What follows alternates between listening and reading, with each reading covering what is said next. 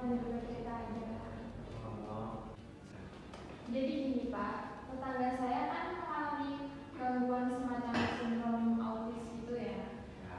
Nah, apa itu sebuah penyakit medis atau gimana ya? Soalnya kalau lebih dari 1 jaman dia berinteraksi itu dia kambuh semacam tantrum gitu. Nah, apa itu hal yang normal atau gimana ya Pak? Soalnya kayak normal, cuman kalau lagi kecapean dia suka marah-marah gak jelas gitu. Ini ya, pada dasarnya tuh anak berkebutuhan itu, khususnya anak pengidap autis, itu bukan sebuah penyakit, melainkan ketidakstabilan ekspresi emosi itu sendiri ya. Mungkin ada beberapa faktor ya yang kayak mempengaruhi, kayak seperti tetangga kamu yang katanya apa, kadang suka tantrum gitu waktu main. Itu soalnya kayak waktu 30 menit, mungkin 30 menit awal masih oke gitu kan. Terus 30 menit yang lalu biasanya tuh kalau yang normalnya kalau udah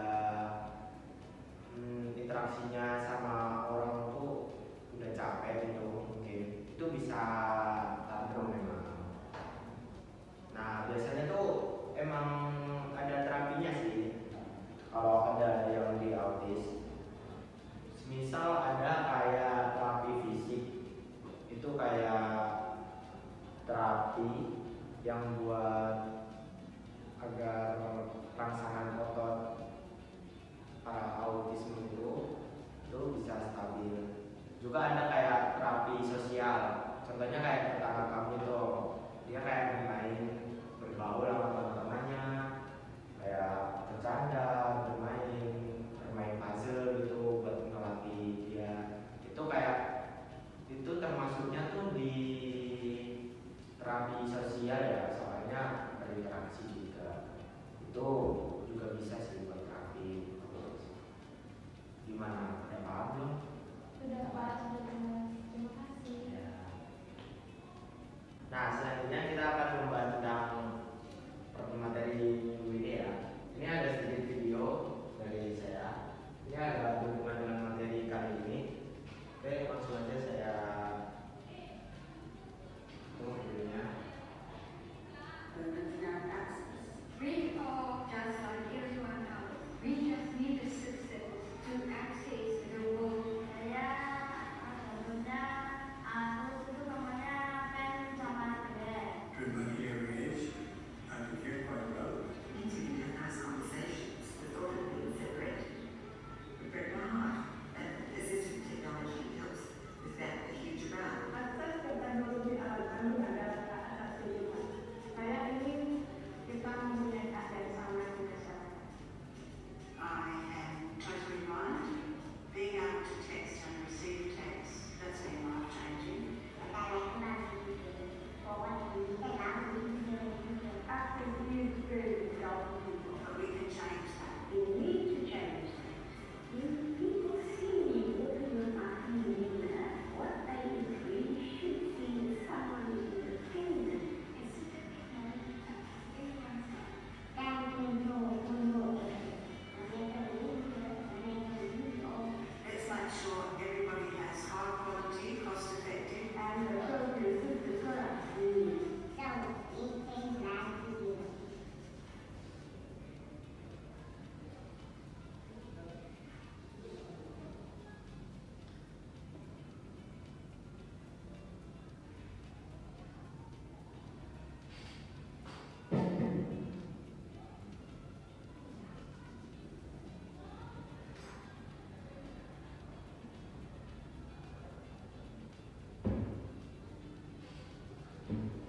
Oke, ada yang tahu tentang asistif teknologi atau teknologi asistif?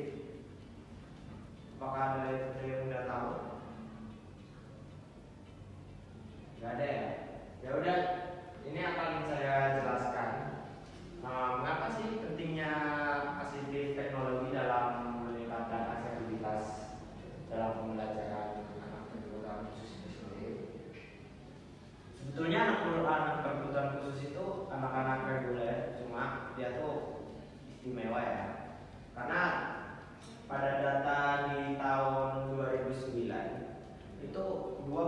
32% sekolah di Indonesia sudah menggunakan asistif teknologi.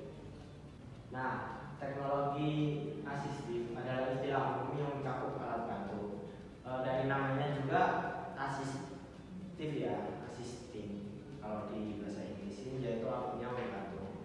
Di mana alat bantu ini untuk anak-anak berkebutuhan khusus yang kekurangan, yang mencakup hampir semua hal yang mungkin digunakan untuk mengkompensasi kurangnya kemampuan tersebut.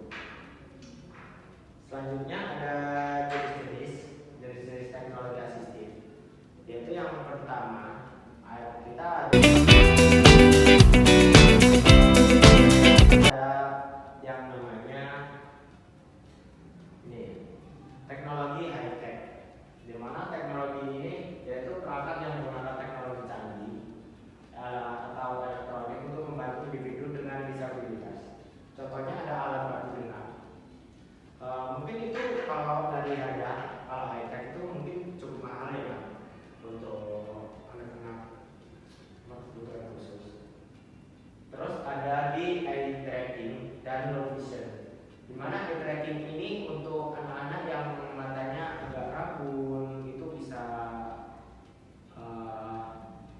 gimana ya, menyamarkan gitu, kayak sejenis terapi lah. Kalau di ini itu merupakan kayak ada buku kan, itu bisa kayak muncul suara gitu loh, bisa dipahami kayak, jadi kan ada ini buku, misal buku ini alatnya itu kalau di ini pas di hurufnya itu muncul kayak kandungan gitu, kayak apa, suara, jadi kayak gini. Ini teknologi asistif gitu. Nah, terus selanjutnya ada Braille, cuma di sini nggak saya masukkan. Braille itu merupakan buku juga, cuma ada kayak benjolan gitu, dimana itu untuk anak yang tunanetra. Jadi kayak gini-gini nanti bisa ada hurufnya gitu, kayak benjolan-benjolan gitu. Jadi memudahkan untuk pembelajaran sih. Selanjutnya ada teknologi asistif yang low tech. Nah, yang low tech ini adalah perangkat yang memerlukan teknologi yang canggih, tapi tidak mahal. Jadi kayak dia tidak terlalu canggih, juga tidak mahal. Soalnya kalau low tech itu bisa diakal sendiri ya. Misal kayak ini, pensil buat anak yang gejalanya tuh agak tanggung gitu loh, apa ya namanya itu ya pokoknya. Ini biasanya bisa diganti pakai paut biasanya. Jadi kayak buat pemberatnya itu biar kestabilannya. Terus ada di ini lagi, ini namanya pensil tracking. Iya, pensil grip, ya pensil grip namanya, maaf. Ini pensil grip juga sama, itu buat alat bantu juga. Sebetulnya ini buat bayi bisa, ini sebetulnya buat bayi. Cuma untuk anak yang berkebutuhan khusus juga bisa. Oke, lanjut ya.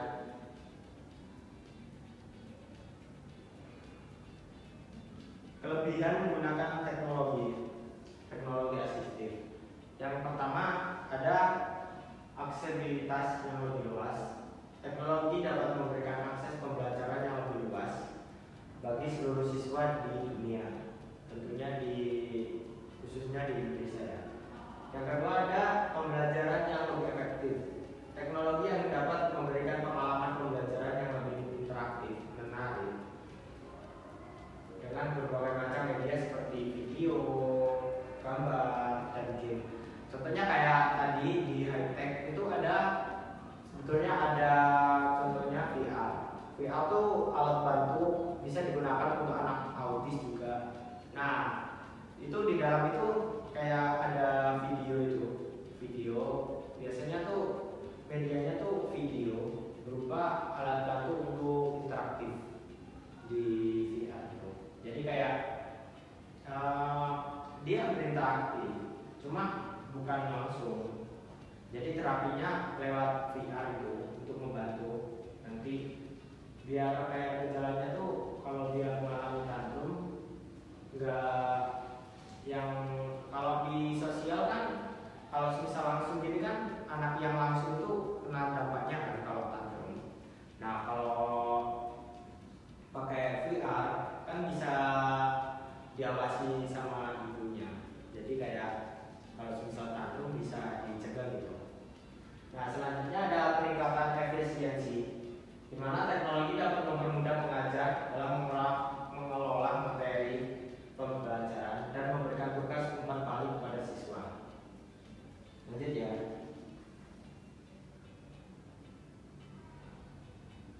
Lanjut pada kelemahan teknologi asistif dalam pembelajaran, yaitu keterbatasan interaksi sosial. Seperti yang aku singgung tadi, yang di VR itu kan kayak kurangnya apa sih? Dia berinteraksi cuma interaksinya tuh lewat VR itu tadi ya. Jadi kayak pas di sosial itu mungkin agak canggung gitu, kayak sama teman, sama siswa, pengajar gitu. Yang kedua ada keterbatasan kemampuan teknis, di mana teknologi dapat memiliki keterbatasan kemampuan teknis yang dapat menghambat teknologi. Kayak itu tuh kayak ketergantungan, kayak dia tuh nggak mau lepas dari VR, dari eye tracking, dia nggak pede gitu. Oke, apa ada yang ditanyakan? Saya Kak izin bertanya, Ya, apa ya? bagaimana teknologi asistif dapat membantu siswa dengan disabilitas untuk meningkatkan keterampilan sosial mereka?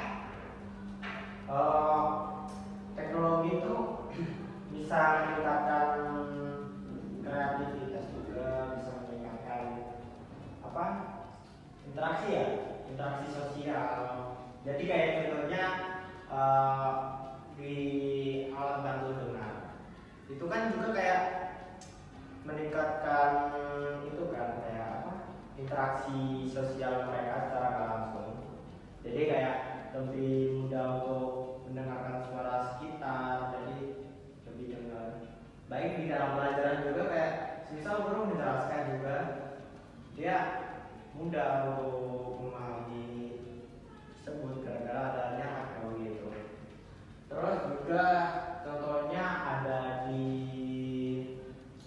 eye tracking yang alat terapi itu yang apa ya buat mata minus atau ragu, itu juga kayak membantu dalam pembelajaran baik maupun sosial.